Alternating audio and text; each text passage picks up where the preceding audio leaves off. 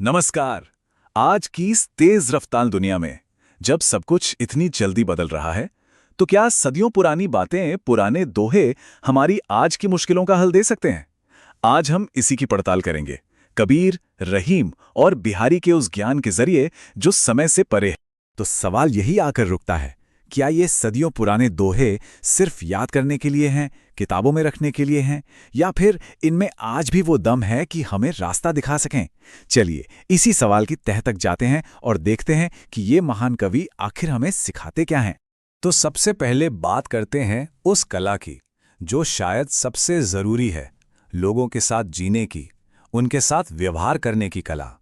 हमारे रिश्ते, हमारी बातचीत, यही तो हमारी जिंदगी की नींव होते हैं।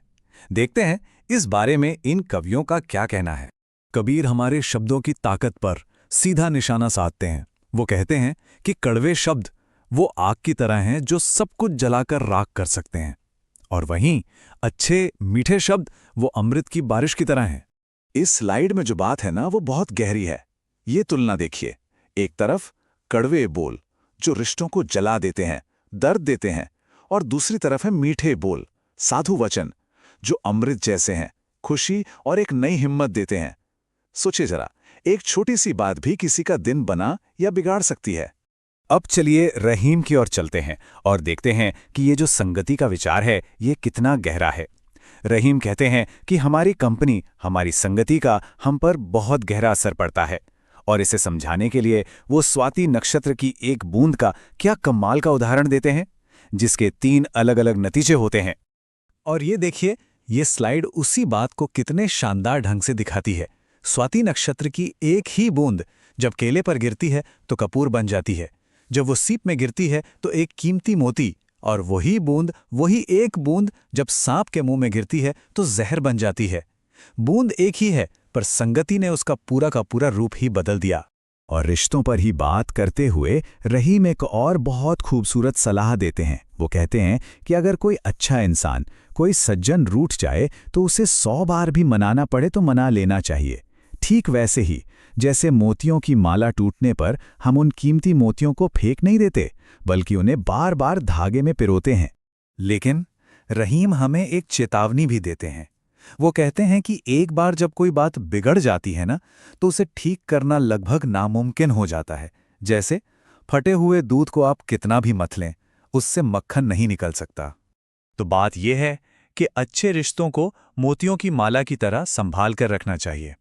उन्हें बार बार ठीक करने की कोशिश करनी चाहिए, लेकिन साथ ही ये भी ध्यान रखना चाहिए कि कुछ घाव, खासकर जो शब्दों से लगते हैं, वो इतने गहरे होते हैं कि शायद कभी पूरी तरह से भरते ही नहीं। चलिए अब बाहरी रिश्तों से थोड़ा अंदर की तरफ चलते हैं, अपनी दुनिया की ओर। हमारा असली मूल्य क्या है, हमारी सच्ची पहचान आखिर है क्या? आइए देखते हैं कबीर और रहीम इस पर क्या रोशनी डालते हैं। कबीर यहाँ एक बहुत ही क्रांतिकारी विचार सामने रखते हैं। वो कहते हैं, किसी ज्ञानी व्यक्ति से उसकी जाति मत पूछो, उससे उसका ज्ञान पूछो। अरे मोल तो तलवार का होता है, उसकी म्यान का नहीं, चाहे वो सोने की ही क्यों ना बनी हो। और ये स्लाइड इस बात को बिल्कुल साफ कर देती है। म्यान यानी बाहरी चीजें, जैसे जाति, परिवार या हमारा बाहरी रूप। और तलवार है असली चीज, यानी हमारा ज्ञान, हमारे गुण और हमारे कर्म। कबीर हमें सिखाते हैं कि हमें म्यान की चमक पर नहीं, तलवार की धार पर ध्यान देना चाहिए। और इसी तरह रहीम हमें आत्मनिर्भरता का पाठ पढ़ाते हैं। उनका मानना है कि जब मुसीबत आती है ना, तो हमारी अपनी संपत्ति, यानी हमारे अपने गुण और हमारी अपनी काबिलियत ही काम आती है। कोई और सच में मदद नहीं कर सकता। रहीम कमल के फूल का क्या खूब उदाहरण देते हैं। सूरज कमल को खिलने में मदद तो करता है, लेकिन अगर कमल की अपनी नींव यानी पानी ही सूख जाए तो वही सूरज उसे मुरझाने से बचा नहीं सकता। हमारी अपनी काबिलियत ही हमारा असली सहारा है, हमारी मजबूत नींव है। और अब इस विश्लेषण के आखिरी हिस्से में हम भक्ति और आध्यात्मिकता के सच्चे स्वरूप को समझने की कोशिश करेंगे। क्या भक्ति सिर्फ बाहरी दिखावा है, या इसका कोई और गहरा मतलब भी है? कवि बिहारी भगवान कृष्ण के सुंदर रूप का वर्णन करते हैं। सिर पर मुकुट, हाथ में मुरली, गले में माला। बिहारी कहते हैं कि कृष्ण का यही मन को मोह लेने वाला रूप उनके मन में हमेशा के लिए बस जाए। बिहारी अपने शब्दों से एक जीती जागती तस्वीर बना देते हैं।